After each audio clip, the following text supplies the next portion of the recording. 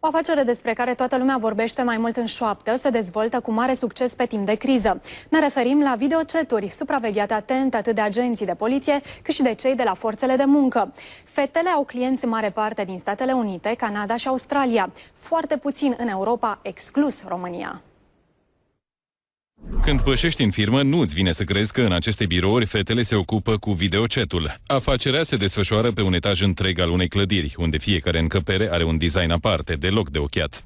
Patroana plătește o chirie de 11 euro pe metrul pătrat. Angajatele au un program de 8 ore pe zi, însă pot alege și sistemul de part-time.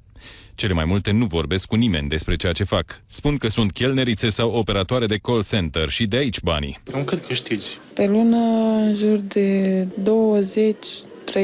Părinții tăi nu știu că lucrezi aici. Nu știu. La un restaurant. Anunțurile de angajări pentru videochat sunt nenumărate. Salariile ajung și la 2000 de euro pe lună.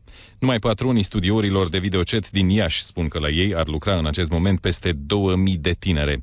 Cei de la Inspecția Teritorială și Agenția Forței de Muncă spun că merg lunar în controale. Fetele au cărți de muncă, iar firmele sunt la zi cu plata impozitelor. Pe zi bună, cam cât câștigi? 2 milioane. Aici pot să fac câte ore vreau eu, în comparație cu alte locuri de muncă. Eu am făcut la rândul meu videochat. Prin urmare, am zis să încerc și eu să-mi deschid o afacere de genul acesta.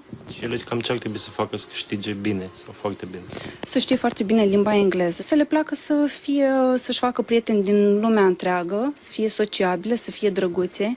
Cu toate că afacerea este legală și polițiștii supraveghează îndeaproape aceste studiouri. E drept, au fost multe cazuri în care în spatele camerei de luat vederi se ascundeau infracțiuni de proxenetism. Atâta timp cât activitatea acestei societăți comerciale respectă legislația muncii, nu sunt folosiți minori. Din punctul nostru de vedere, nu ar fi nicio problemă. Site-urile pe care fetele se loghează sunt interzise în România, Italia și Spania.